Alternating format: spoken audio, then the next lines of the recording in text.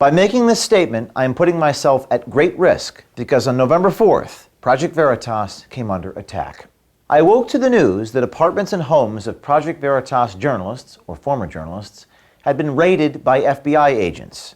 It appears the Southern District of New York now has journalists in their sights for the supposed crime of doing their jobs lawfully and honestly, or at least this journalist. I had to think long and hard before making this statement. It's a decision that only I can make. They don't want me to defend myself and immediately try to silence me. That's why the cover letter to the grand jury subpoena we received contains this language. Quote, "The government hereby requests that you voluntarily refrain from disclosing the existence of the subpoena to any third party. While you are under no obligation to comply with our request, we are requesting you not to make any disclosure in order to preserve the confidentiality of the investigation and because the disclosure of the existence of this investigation might interfere with and impede the investigation." Unquote. But while the Department of Justice requested us to not disclose the existence of the subpoena, something very unusual happened. Within an hour of one of our reporters' homes being secretly raided by the FBI, the New York Times, who we are currently suing for defamation, contacted the Project Veritas reporter to ask for comment.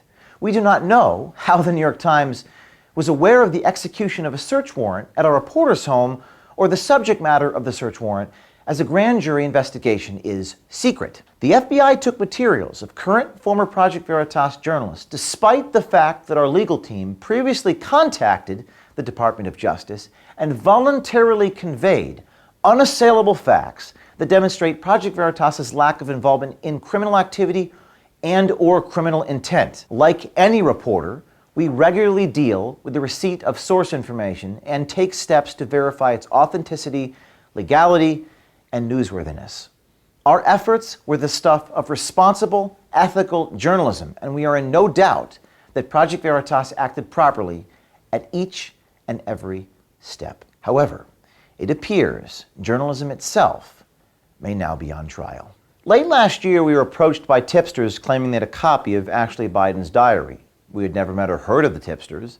The tipsters indicated the diary had been abandoned in a room in which Ms. Biden stayed at the time, and in which the tipsters stayed in temporarily after Ms. Biden departed the room. The tipsters indicated that the diary included explosive allegations against then-candidate Joe Biden. The tipsters indicated that they were negotiating with a different media outlet for the payment of monies for the diary.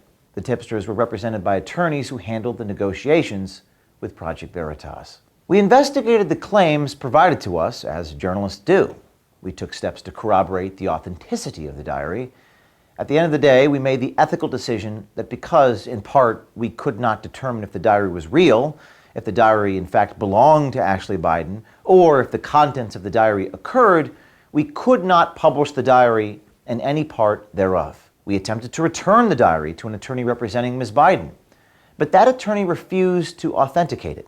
Project Veritas gave the diary to law enforcement to ensure it could be returned to its rightful owner. We never published it. Now, Ms. Biden's father's Department of Justice, specifically the United States Attorney's Office for the Southern District of New York, appears to be investigating the situation, claiming the diary was stolen. We don't know if it was, but it begs the question: in what world is the alleged theft of a diary investigated by the president's FBI and his Department of Justice?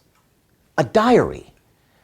This federal investigation smacks of politics. Project Veritas never threatened or engaged in any illegal conduct. Should the Southern District of New York try to take away our First Amendment rights and uncover and publish newsworthy stories without government intimidation, be assured Project Veritas will not back down. Nothing stops at Project Veritas. Let me be clear.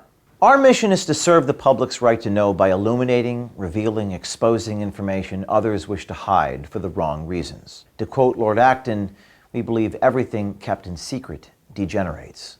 We don't mislead or conceal. We investigate facts and potential newsworthy information. Sometimes, as was the case here, after we investigate, we decide not to publish a news story. But Project Veritas will run from nothing and we will hide from nothing. We exist for the very purpose of discovering and revealing the truth and hope to make the world a more transparent place. Now, this is not the first time we have been attacked, and it will not be the last. We know why. We've investigated powerful people, and in many ways, we are the very tip of the spear. But we never break the law. In fact, one of our ethical rules is to act as if there are 12 jurors on our shoulders all the time. And that truth, and the truth, will vindicate us. When the FBI in the Southern District of New York seized reporters' notebooks, it is not just an attack on Project Veritas. It is an attack on every American and our sacred right to free speech and a free press. The First Amendment is first for a reason. It guarantees all the other rights that follow, because it's all about accountability. Without accountability, freedom itself is an illusion. So the great question is this an indicator in the direction that America is going? We've gone far beyond the point of partisan politics in this country. They ask us to focus on our divisions. They don't ask us to focus on the things which unite us. What unites us is so much more powerful than what divides us.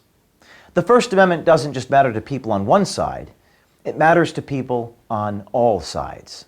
That is why I'm calling on all Americans, and especially all journalists, to stand with us for the right to free speech and the free press, and to send a message that the politics of fear will not prevail in the United States of America.